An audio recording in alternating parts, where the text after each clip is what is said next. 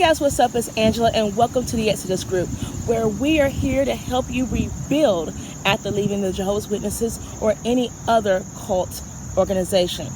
So, leaving the Jehovah's Witnesses, a lot of people say they've read this book called The Crisis of Conscience, and I have started it, and I was been trying to find this book and what have you, and finally I found it, started the book, and couldn't find any overviews on it online. And I'm like, you know what? Let's do it. So this month, I want to go over the Crisis of Conscience book. Now, I have a link below for you to buy the book and purchase the book online, because there are a lot of copies out there, and the PDF is not copywritten, and there isn't an audible version out there quite yet. So I strongly hope that you join me in supporting the sister who is now the copyright holder of this book, and purchase the book online. So, and I'll have the link below for that. She says on the website that she will have an audio version soon, and sis, if you get to have this audio version, please get to that soon, because I would love to have an audio version pretty soon. So, as I mentioned before, a lot of people who have left the organization say that this was the main thing that got them out. And I want to go over a few things that really opened my eyes to the organization and what they've done and what they're doing. As you know, most of you know that if you've heard my story, when I was raised as a Jehovah's Witness for 21 years.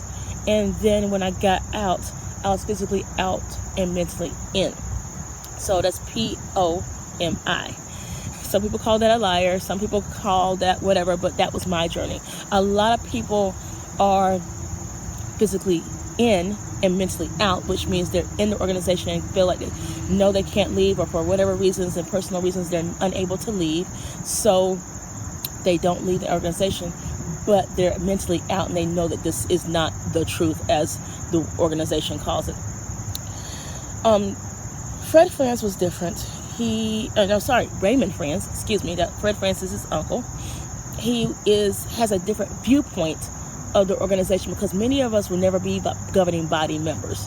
I know I won't, and don't care to be, and if I did, just shut the whole thing down. Anyway, many of us will not be governing body members, and so what Raymond Franz did was he had a crisis of conscience. Chapter 1 is just kind of a awakening, and I love the title of the book now, because he says it's a crisis of conscience, meaning that his conscience says to do one thing, but the organization, or God's true organization as it has been labeled, says to do another thing.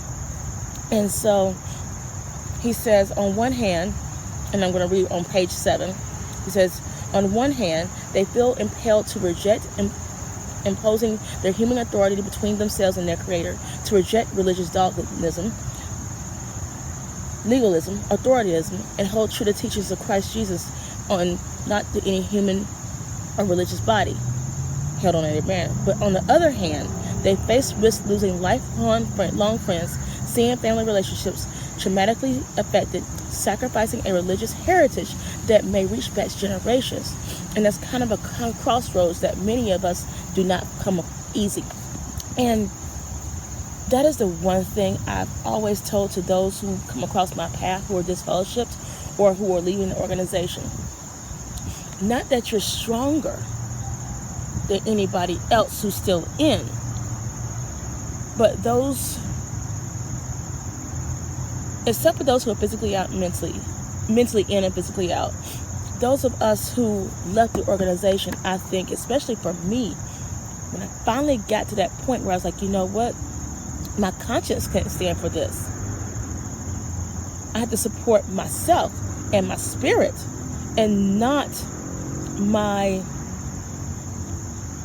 what this body says God is. It's a mind-blowing experience. And those of you who are not been Jehovah's Witnesses before, or haven't been in that situation before, I'm glad you didn't go through that, because that mind-blowing experience of being, wait, God says this, my conscience says this, but God gave me my conscience. So which one? Oh, that's a trick. So which one is right and which one is wrong? And if God gave me my conscience, then why do I feel this is wrong? Or why am I told this is right? It is so exhausting, because then you start to doubt yourself. And for me personally, I could not continue doubting myself in order for this organization to be right. I had to find God within me. He goes on to say, when you leave, they witness the blackening of their own good name, one that has taken them a lifetime to earn, and all such that stood in their hearts and minds, and those who knew them. So, as we know, a lot of us who have been in this fellowship, they talk bad about us. I know for me personally, I hear the latest rumor is that I'm homeless and I'm gay. Nothing's wrong with being gay, fine. But I'm not gay. I'm not gay. And that's the worst they can say about me. However, if I would go back into the organization right now and got back in, I would be the best sister alive, and no one would have talked bad about me and what have you. He says that they are thereby deprived of whatever good and rightful influences they might have exercised on behalf of very good people who have known them best. So, like, for me, 20 years ago, no matter what I did in the organization was right, good, and what have you, no one would have doubted it. Now I'm being questioned. Now everything I do is questioned. Now everything has a bad label on it. I didn't change as a person. Correction, I did change as a person. I stood up for myself instead of just blindly following this organization. I think a lot of those who are in the organization that don't doubt things and just keep following, blindly go on and put our conscience to the side and not ask ourselves what's right. What do I feel is right? That's one of the first things that I teach with the Exodus group, is that what do you want to do? It's not about me. It's not about what I think. It's not about what John thinks. It's not what my boyfriend thinks. It's not what your partner thinks. It's about what do you feel is right, and what do you want to do, and what do you want to move forward as, because the God is in with you, not within an organization. I asked the witness that the other time, one day. I'm like, why are the governing body members spirit oriented and you're not? Didn't God make you too? And they were not able to answer that question. Not that I wanted to stump her. I just wanted to ask a critical thinking question, because God created you as well, sis. So why isn't God within you? Why is God only within these men? Chapter 1 goes on and says that, he gives 3 examples. One gentleman who in one organization clearly defiled his organization. Another guy didn't believe the same thing his organization taught, and taught this in his lecture program at the school the organization had, and he was found out, but he's still able to teach in the school. Now that those who take that course are not those who take that course do not get credit for that class, but at least they're able to get understanding of where he believes the organization is wrong.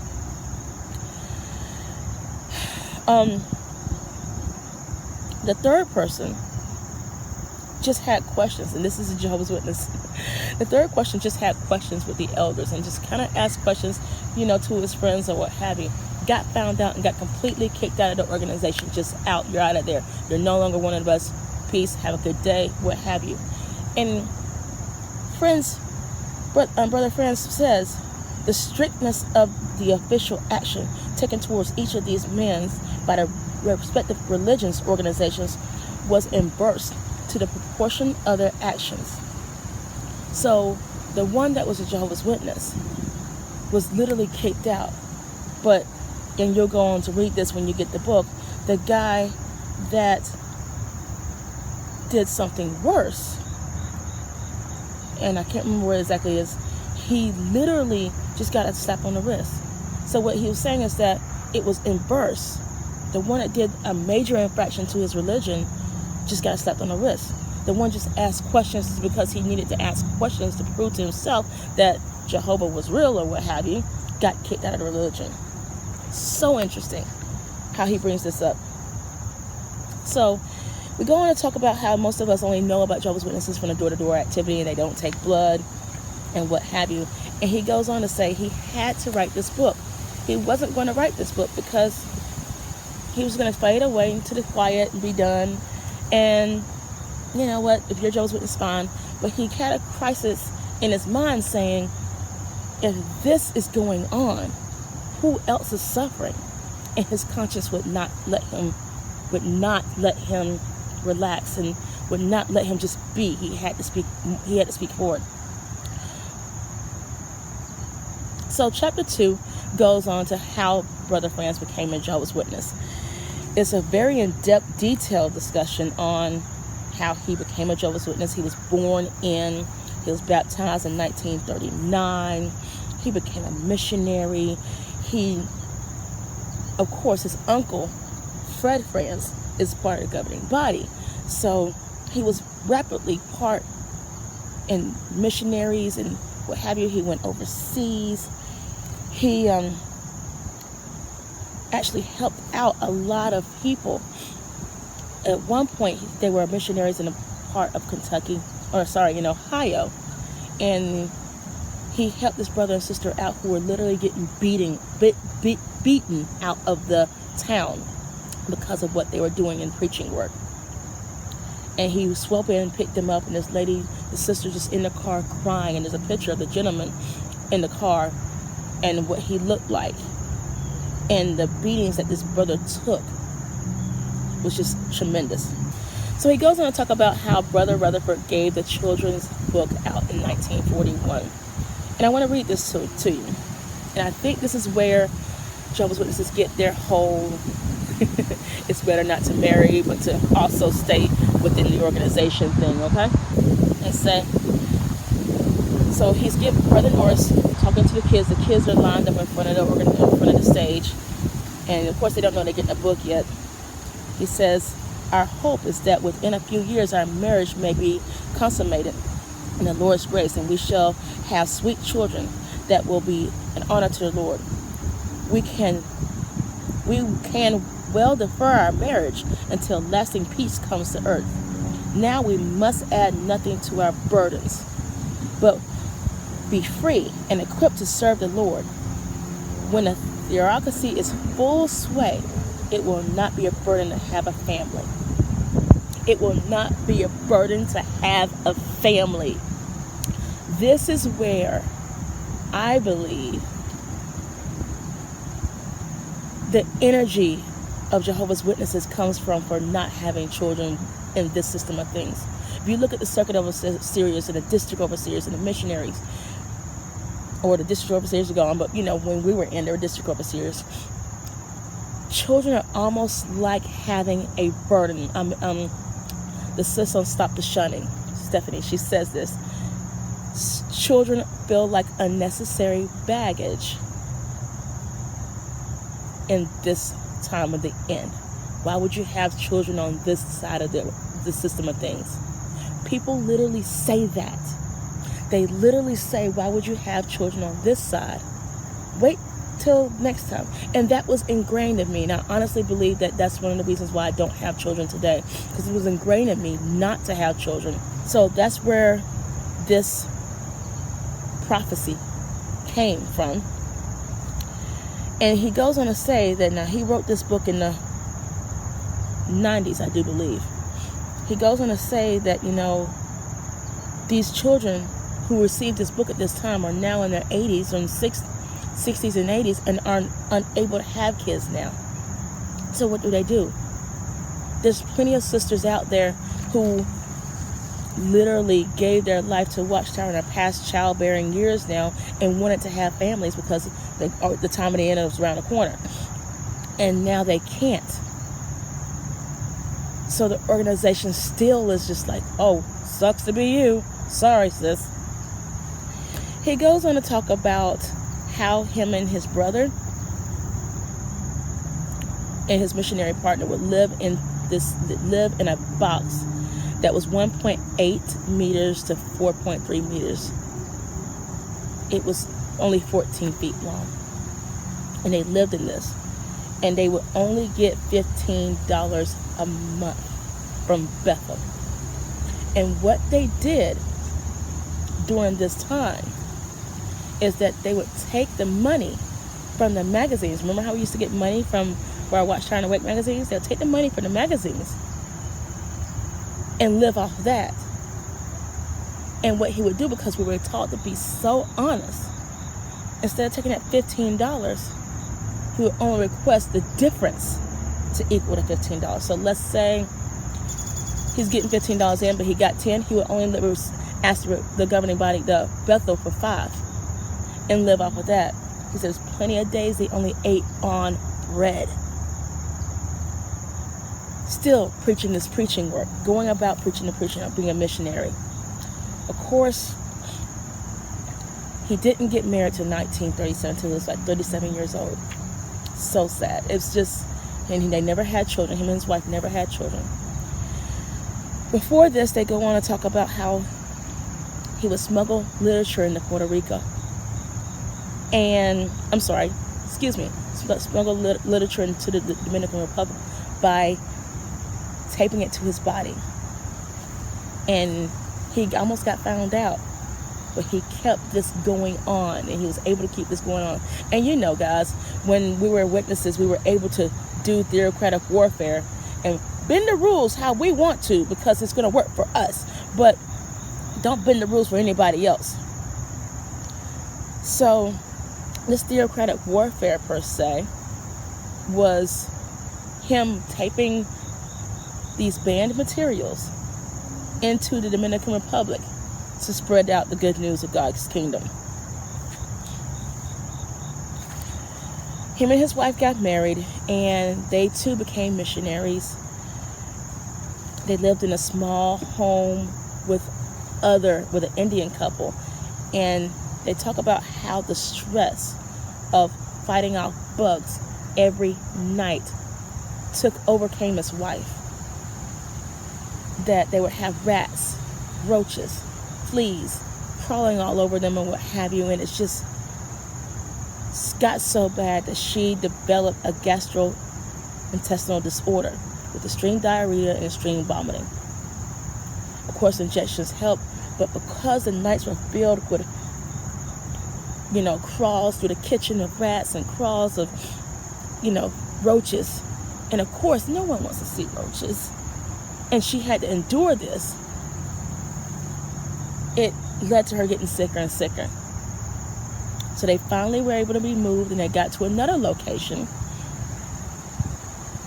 where literally gunfire is going past their heads every night. But of course, remember, guys, when we were in the organization, this would be called theocratic warfare. This would be called suffering for God's organization.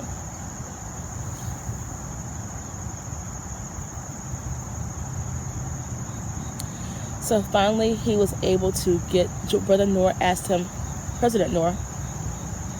to do some work in Bethel at the breast office. And that's when he became an aide at Bethel. And he published a bunch of books and what have you. And he goes on to talk about how he was able to find some things out that was very, very interesting. That Brother Noor didn't really know what was going on. Like, he was the only one, and a couple other people the aides were only the ones that were in charge of writing the book, not the presidents. And he goes on to talk about other things too, especially about the elders arrangement. And I want you to research this, because at one point the elders arrangement was taken out of the organization and the congregations.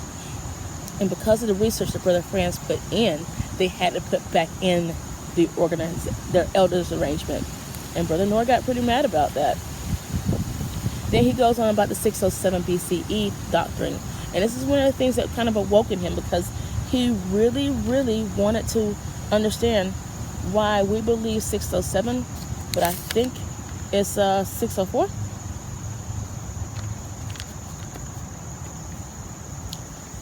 So But the way that we teach it, the way that Jehovah's Witnesses teach it, it would be 607 is wrong. And I remember not being ever able to explain the 1914 doctrine, which is one of the most influent. That's a hard doctrine in JW world, but it is not supported by fact at all. So how can it be correct? So he goes on to ask this question of obligation, and he quotes the Revised Standard Version. Whatever you wish that men would do to you, you do to them, for this is the law of the prophets. And he says that because he felt like it was an obligation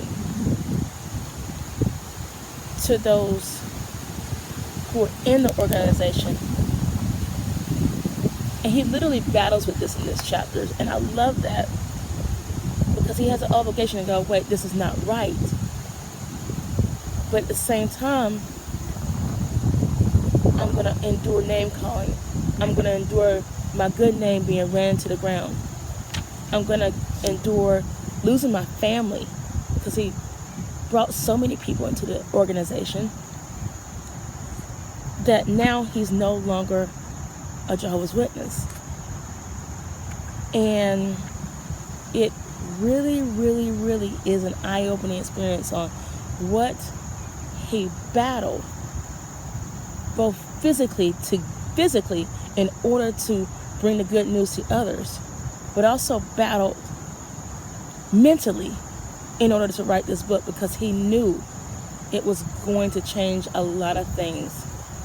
And yeah, I guess for a governing body member, it's kind of hard just to fade away. But let me know your thoughts, your comments, your questions. Let's talk about this in the comments below. I would love to hear your thoughts, but please, please, please, again, buy the book.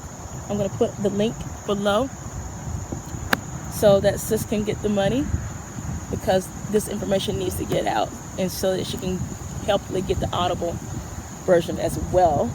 I prefer Audible books. But anyway, let me know what I've missed. I'm Angela Emery with the Yes to This group. You're stronger than you think. Talk to you soon.